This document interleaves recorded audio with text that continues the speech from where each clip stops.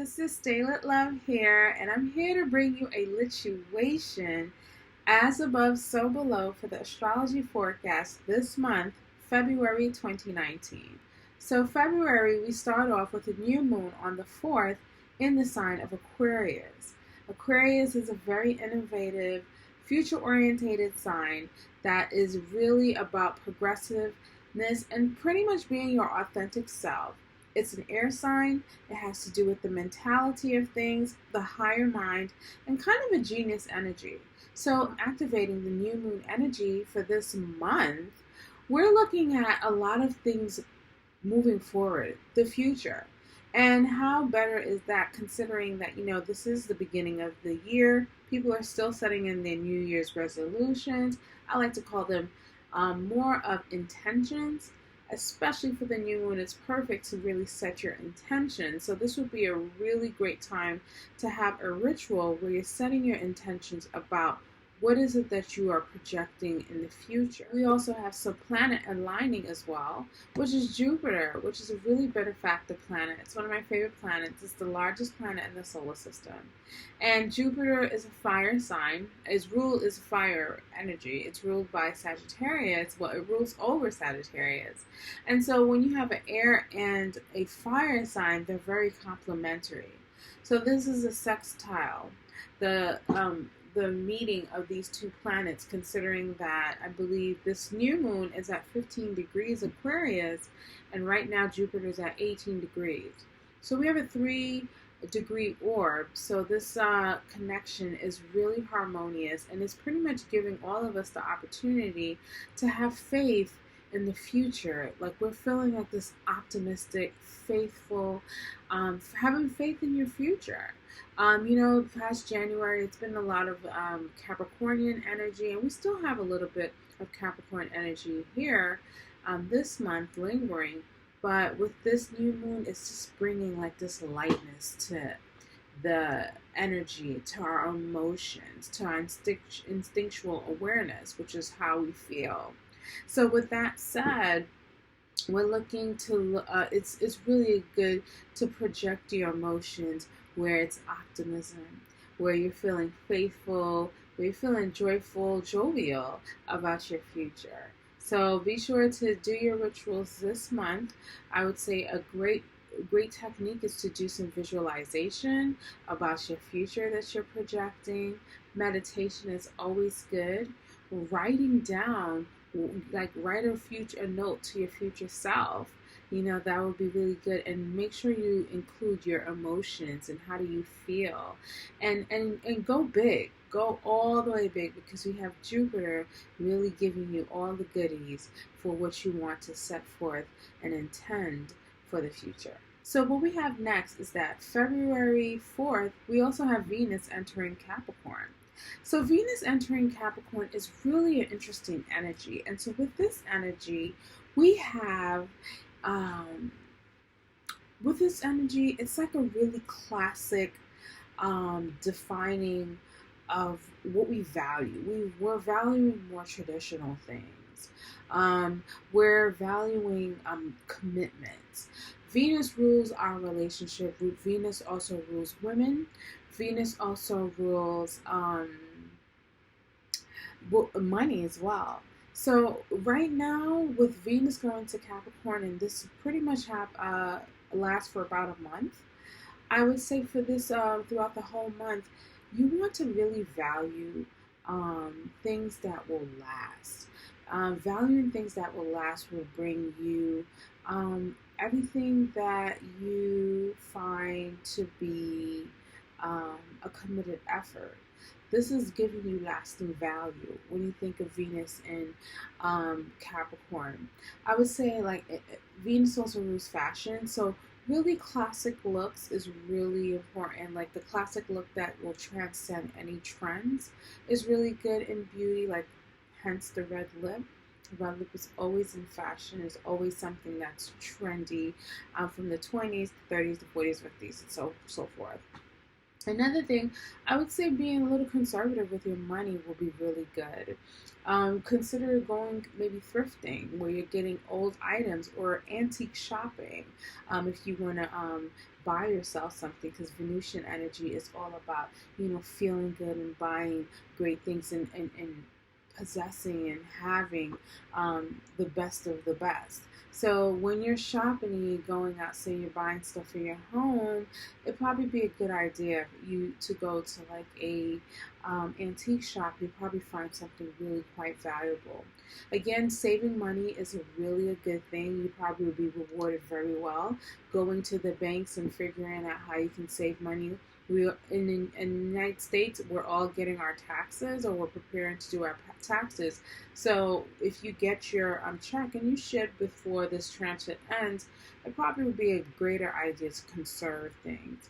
And in regards to relationships, relationship energy is really something that you would want to be like. You'll probably find a lot of people committing to things that they value, relationships that they value.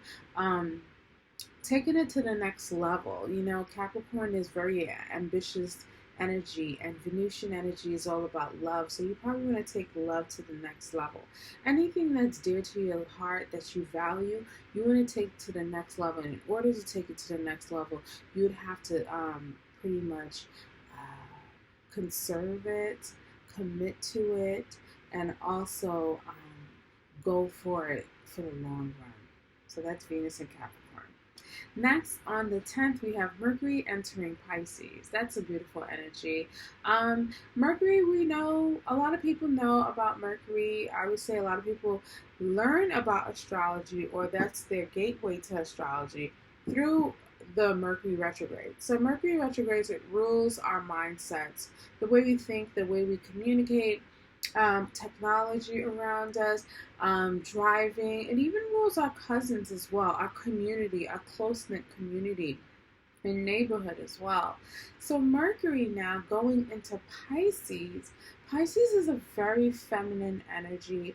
It's an energy that's very nebulous, very spiritual, very abstract. So when we talk about Mercury going into Pisces, the energy is really quite, our mind is really non-linear. We're not really thinking pretty objectively or logically.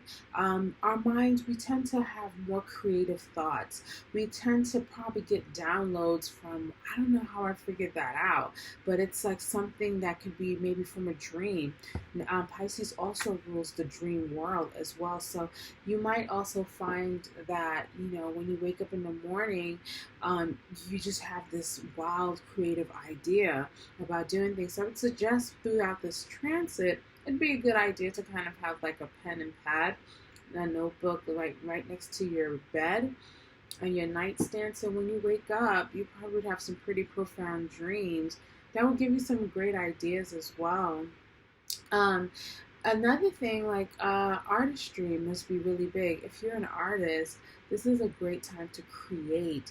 You might come up with great ideas. If you're like a songwriter or a painter, because Mercury also rules our hands, you might be drawing up and writing up some really beautiful bodies of work, of artistic work, because Pisces does rule the creator, the artiste of the zodiac.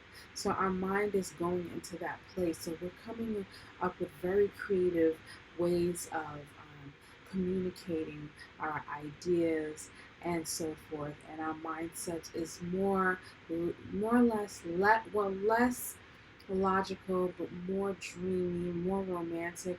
Another thing, also, romance might be a big thing. You might be professing your love, and this is perfect because this is near Valentine's Day.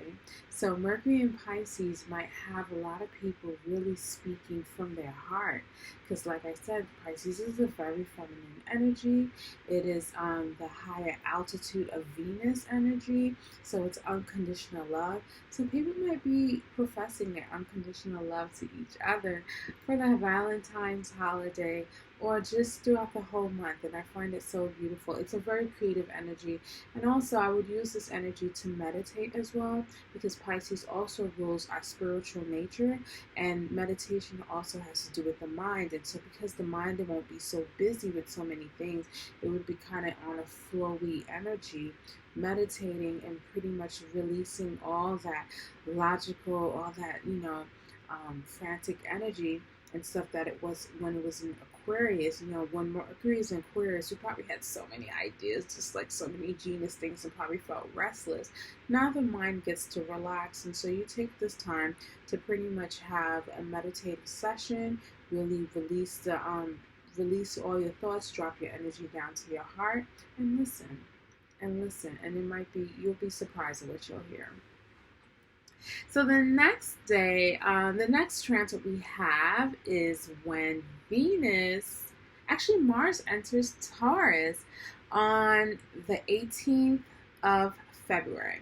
So Mars entering Taurus, this is kind of giving us another slowdown, a calm, because when Mars was in Aries, it was at home, and it was just like that push energy, and we probably really needed that. So, at the start of the year, with the intent of getting everything done, starting the year off right, having the courage and the energy. Now, when Mars is going into Taurus, it's like, okay, I did a lot. What's the worth? Like, is this worth my time? Is this worth, not even my time, but is this worth my energy? Mars in Taurus is really asking, is this worth my energy? Now, Taurus is ruled by Venus, so it really likes to calm itself and just eat and just enjoy the finer things in life. And so Mars, it's a very forceful, passionate kind of planet. And in Taurus, it's just the warrior in us really wants to know, is this worth all this energy? So right now we are assessing what is worth our energetic, our force, our drive to go after the things that we desire and what we find passionate, and what is it that we want to go after, and so forth. So this is the energy now. We're getting a little slowed down, and we're grounding ourselves with what is it that we're going after, and not just going, doing things and thinking later, as impulsive as Mars and Aries can be. So Mars and Taurus is really, grounding our energetic vibrations when it comes to what is it that we want to go after, our energy, our passions. It's really more sensual. We're more feeling our bodies. This will be a good time for a good massage, I would say, but it will also be a good time to kind of assess your finances, because Taurus does rule money. Like I told you, it's ruled by Venus. So maybe you want to take the time, again, another theme about finances. When in the States, we get our taxes, you probably want to assess and probably, put your energy towards that, and just check out what is it that you want to allocate money for certain things. What is worth your time? Taurus energy is about, self-worth. So, you have to preserve your energy, and that's all about self-care when it comes to, the energy that you put out there. So you need to really take accountability and be reliable, and easy does it. This is slow and steady energy. This is the slow and steady wins the race. So take your time towards what is it that you're going after, what is it that you're passionate about, and so forth, and always ask yourself, is this worth my energy? So next we also have on the 18th, Chiron entering Aries. Now, most astrologers don't really talk about Chiron. Chiron is a really interesting planetoid, asteroid. We're still trying to figure out what it is, but pretty much it's in between Saturn and Uranus. And so it has a really heavy energy, which is the wound, and the freeing aspect is when we heal, which is close to Uranus. Now, this transit takes about 8 years, and Chiron has been in Aries before, last year in 2018, but went retrograde back into Pisces, and now it's going back into Aries, where it's going to stay for the next 8 years. Chiron in Aries. Well, let's talk about Chiron in Pisces. Chiron in Pisces, if you have noticed, I've seen that Chiron in Pisces was really healing the feminine energy. Because Pisces, again, like I mentioned before, is a very feminine sign. It's really one that, we would see throughout this transit that self-care and self-love is something that was just a constant thing. And that's because from the last 4 years of the transit, that's when we were healing ourselves, the feminine energy. And that goes for men and women, because we all have feminine and masculine energies. And that has to do with our emotions, our self-worth, what we value, right? So those things is like something that we had to really look into our emotional well-being, right? And see, how are you valuing yourself? How is it through self-care? Are you empowering yourself? I mean, there has been so many initiatives to help women, to push women to be more empowered, to feel good, because women in this society is usually, putting all the energy outwards to everyone, caring for their families, and and what we do in our work and stuff, and we have our children, and sometimes we're the last people that we take care of. And so then we have to kind of empower ourselves, and that's that feminine energy, regarding all people, all of us, because we are so outside driven, like, work driven, and don't really take care of the emotional well-being.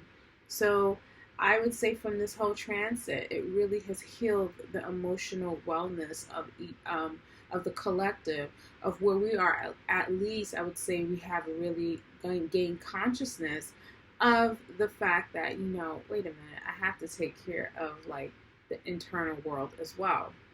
So now on the 18th, with Chiron going into Aries, there's more of a masculine kind of wound that we will be seeing.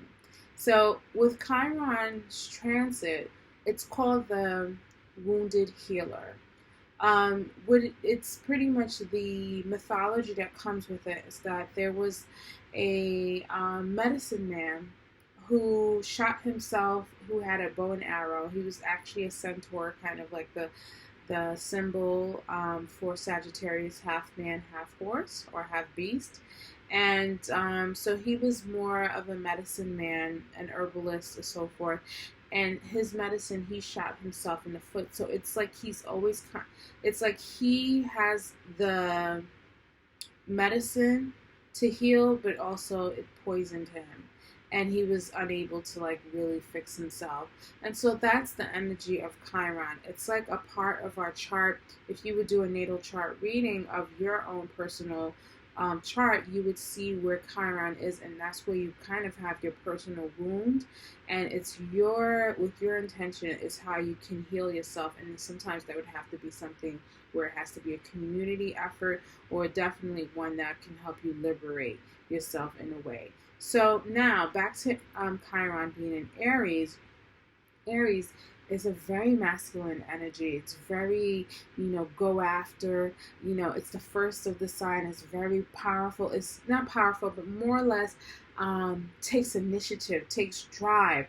It rules the body, it rules the head, right? And last time Chiron was in Aries, I find it really interesting, was during the Vietnam War. And this is the first time we saw like the wounded soldier. This was the first time we saw like the real repercussions of war. We saw our men coming back, and they were wounded. And Mars and Aries energy is usually known as the warrior, as the soldier. So we were seeing the wounds of that. But at this right now with this transit, I think we're seeing how the masculine energy needs to heal.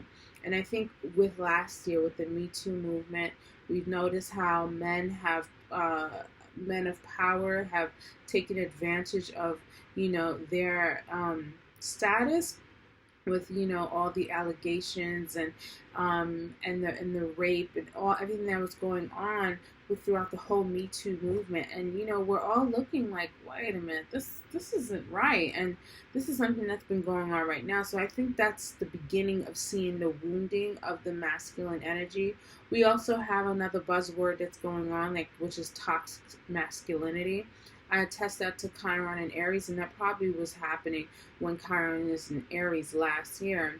So there's going to be more themes that's going to really focus on the masculine energy of maybe driving, doing things too much, being so impulsive, just like that masculine energy. It's gonna be some wounding, and it's gonna be a gaping wound that's gonna occur for the next 4 years. And I would have to say within 4 years after that, that's when we're gonna start healing that energy. So how will you start healing your masculine energy? We'll look to your chart where Chiron is, and when I go through each sign, I will tell you where this wound will be occurring, and so you can get a head start and have a real awareness of how you can begin your healing process. So the next one, on the 19th, we have a combination, the full moon in the sign of Virgo. So Virgo is the sign of service. It's a sign of servitude. It's the sign of our health and well-being. It's the sign of our vocation, our day-to-day work, our lifestyle. These are the themes of Virgo. And so there's going to be a full combination, a wrapping up of those themes that was mentioned. And it's going to come to awareness in a real heightened emotional way. So you can probably find yourself maybe, you're ending a job, or you're ending a bad habit, so you can and so you can bring in a healthier habit. So the full moon in Virgo, that's going to be quite interesting, and we're going to talk about that when the full moon, when we get closer to the 19th. Well, I'll do a whole video about that. The next day, we also have the sun enters the sign of Pisces. So now the sun meets up with the Mercury, and so we're all in this nebulous, calm, relaxed energy, kind of delusional too. And I would have to say, even when Mercury in Pisces, there could be a lot of delusions, and from a macro level, we can definitely understand with what's going on around the world. And I must also say, Mercury in Pisces really gives me that media situation. So there could be a lot of deception in the media as well, because Pisces energy can really dissolve the truth, and no one knows what's going on and stuff. And that's kind of been the theme with news on a macro level of what's going on. So we probably would see more of that and heightened illumination and awareness of this, or the creation of it, when the sun goes into Pisces as well. Now, Pisces is a very spiritual sign. It's a sweet sign, and I think it's one time for me. I love to travel around this time. Like I live in New York City, so it's the dead of winter, right before the spring happens. Fares are really cheap and stuff wherever you want to go around the world, and so when you are doing with the sun in Pisces, it's like such a good time to retreat, because it's right before, the new beginning, when Aries season begins, where pretty much this is when, spring starts and things starts to blossom. So this is the end of the winter. This is the ending of the cycle, the zodiac cycle, and so forth. And, it's a time to relax. It's a time to rest. It's a time to rejuvenate yourself. It's a time to heal. It's a time to love. It's a time to create. You might want to you might probably have cabin fever, so you're probably inside a lot, and you just want to create something that you can launch the next season. So look out for the sun in Pisces, where you'll feel this creative, nebulous, relaxed energy. But beware for the delusions that may come around, or you might want to sleep too much, or probably drink too much, because Pisces energy can kind of create that vibe. I mean, just think of St. Patrick's Day. That's around when that's around Pisces season, and we all know St. Patty's Day. You get a lot of drinking. So yeah, look out for Pisces season. It's gonna be a good time. And so let's move forward and let's start the forecast for each sign. Capricorn. So February 4th, we have the Aquarius new moon that's happening, and this is occurring in your second house.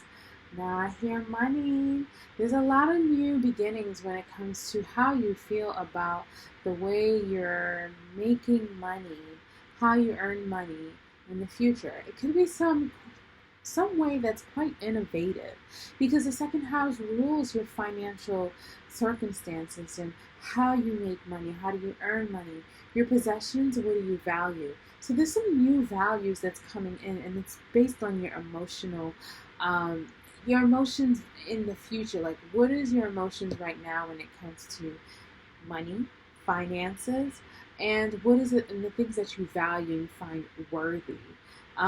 When you really tap into that energy and feel those feelings, I hope they're quite optimistic considering that this new moon was connected to the most abundant planet, Jupiter. It's one of my favorites, and it's really expanding, giving you some real faith in the future about these themes mentioned about within the second house.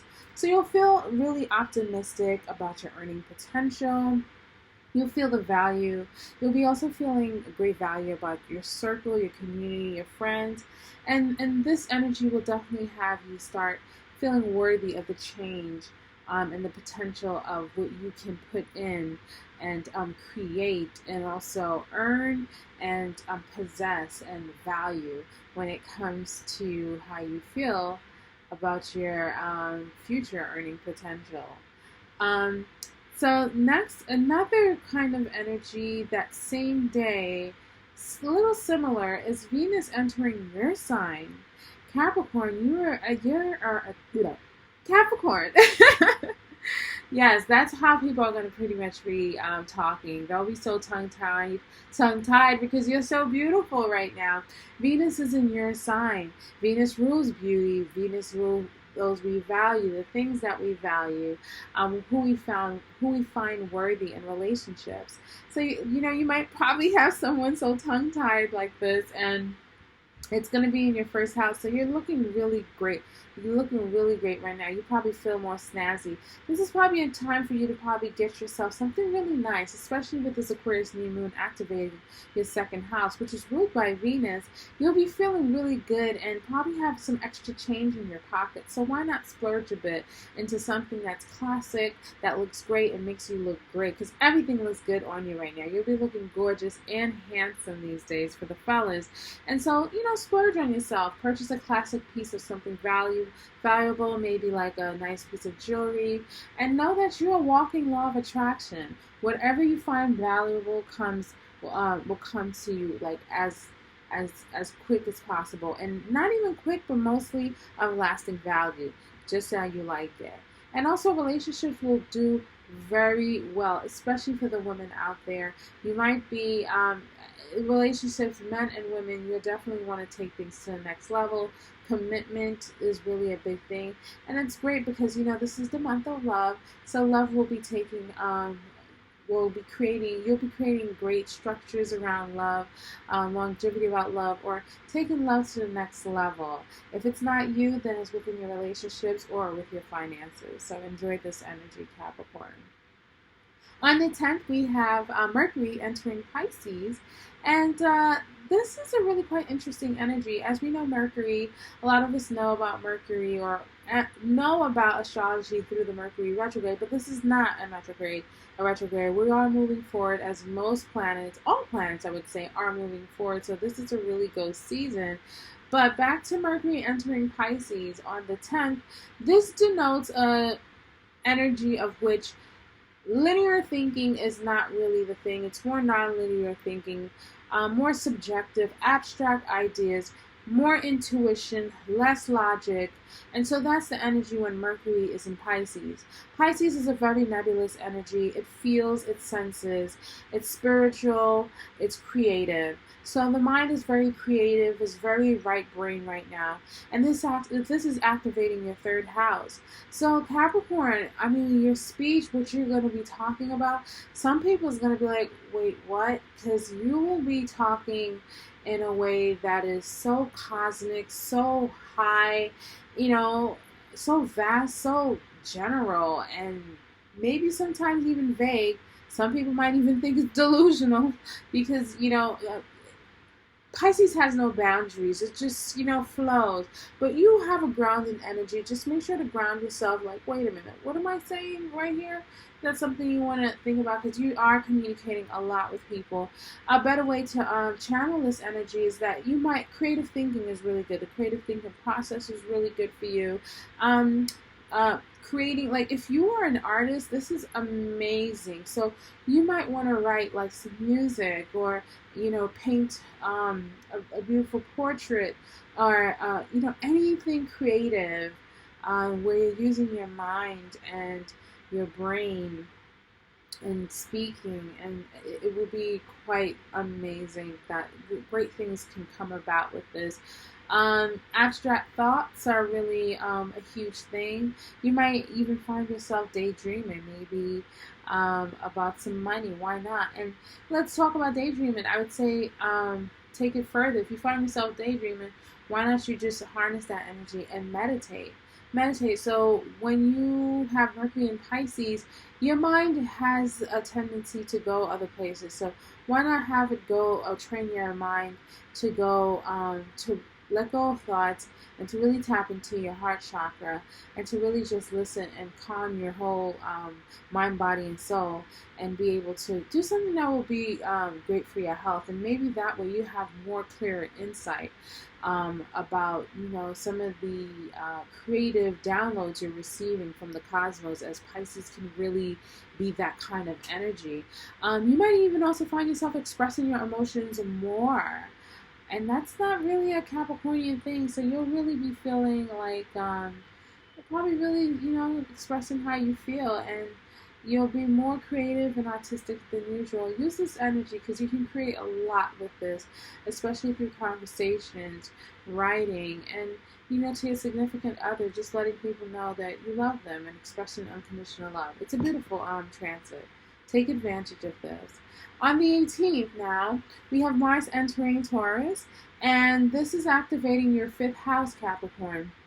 So Mars is how we initiate. It's our drives. It's our passion. It's the courage to do things. It's how we want to begin things, or how we lead. And it's entering Taurus, which is kind of a juxtaposition energy to Martian energy and Taurus energy. Taurus is ruled by Venus, so it's like the feminine and the masculine. And Taurus is a masculine sign, but yet is ruled by a feminine planet, if that makes any sense. So Taurus energy really likes to relax, really likes to take its time, really would rather sit back and let things come to it. Doesn't really like to go after stuff like Martian energy makes us. So with this, when Mars is in Taurus, it's like the motto is slow and steady wins the race, right? Another thing is that we're asking ourselves, is this worth my energy? Like, do I have to? Because, you could really find yourself lounging. And so this activating your 5th house, this has to do with your passion, your passionate drives for love. So you might feel like this energy that's pulling you to go after the things that you love, go after the things that you want to create, having the courage to be you. The 5th house is ruled by Leo, and it's all about the heart chakra. It's all about things that we love. It's all about being with the people we love, and doing and being with the people that we enjoy. And romance and dating is probably really a good thing. You might find yourself really doing that this month. And you might really have a force in your stamina and great courage this month to go after the things that you love. It's a really beautiful energy. And it's not something that you're going to go with gusto, but you're going to be really smooth with it and attract what is it that you want. And it's going to be a great time. So be sure to really ponder, or just consider your drive in what is it that you value and love and so forth, and you might receive that love right back. It looks really, really good for you, Capricorn. I'm feeling that energy. It feels good. So now the next transit we have that same day on the 18th. Now here we go. Chiron is entering Aries. Chiron. Okay, so Chiron, a lot of astrologers don't really like to talk about Chiron, but Chiron, I think it's really healthy to know that, the shadow and dark side, the illuminated and light side, they all serve amazing purpose. And Chiron is known as the wounded healer. It's an asteroid. I call it a planetoid.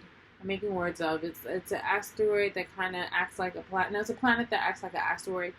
And pretty much, like I said, it's called the wounded healer, and it really highlights where we are wounded in our human nature in this whole evolution of our lives. And it's something that we can't really fully heal within ourselves, but working with others, I feel that's when the healing occurs, or at least having that awareness to rise above the hold of the pain, because pain is something that you just have to hold down, but if you could rise above it, then you're lifted and so forth.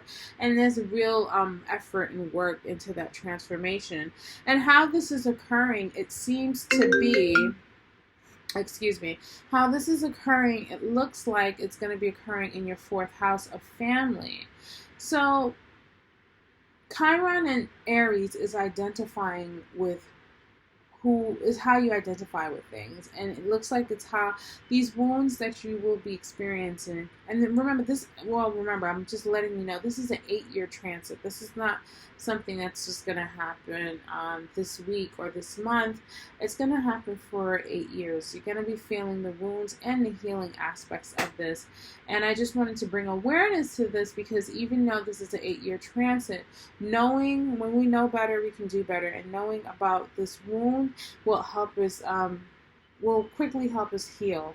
And I think this is something that we can quickly heal, because Aries is a really fast moving energy and so forth, and helps you transform into the healing aspect of this transit. And again, it looks like it's working, it's activating, some themes within your home, your family, your mother.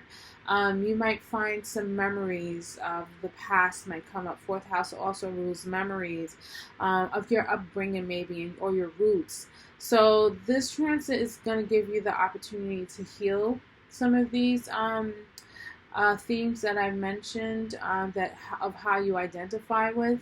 And so, be aware of this, and I think your awareness will help you project your healing much quicker. So the next transit we have is on the 20th of February, and this is when the Sun enters Pisces, following Mercury that was there earlier this month. So it looks like now, all the stuff that you have been conversing about, a lot of your conversations really being illuminated now. The Sun is entering Pisces in your 3rd house, so maybe the performance of all the professing of your heart is going to be something that's going to be of a creation for the next month coming, starting the 20th of February. You might be also planning about some vacation. You might be taking a vacation or a staycation. It's going to be just a real vast creative energy that you're going to act upon and have the willpower and the vitality to do based on all the things that you've been talking about. So we'll further talk about this energy next month, but this is the whole forecast for February 2019, Capricorn. I hope you enjoyed this video, and be sure to subscribe, like, share, and comment. I'd love to hear what you have to say, as this is my first video. What do you think? This is first of many, of course. I'll be having so many videos because I love this, and I'd like to share this journey with you guys and so forth, and I hope you enjoy it. And if you are seeking to get a personal reading, I do readings. I do readings for over 4 or 5 years, but been an astrologer for over 20 years. I love astrology. It's my second language. So be sure to hit up my website, StayLitLove.com. You could go to the reading section, and you can book a time so we can connect. I love connecting with my clients. And considering this is the month of love, I also do synastry readings. So if you and your significant other would like to do a synastry reading and to see how your energies match, and the challenges and the the great aspects that you can really bank on, you can definitely take a look at that. Or if you know your significant other's birth time info, we can do that together. So lo and behold, it's such a pleasure to connect with you guys. I'm so glad you hit my video. And until next time, stay lit, loves.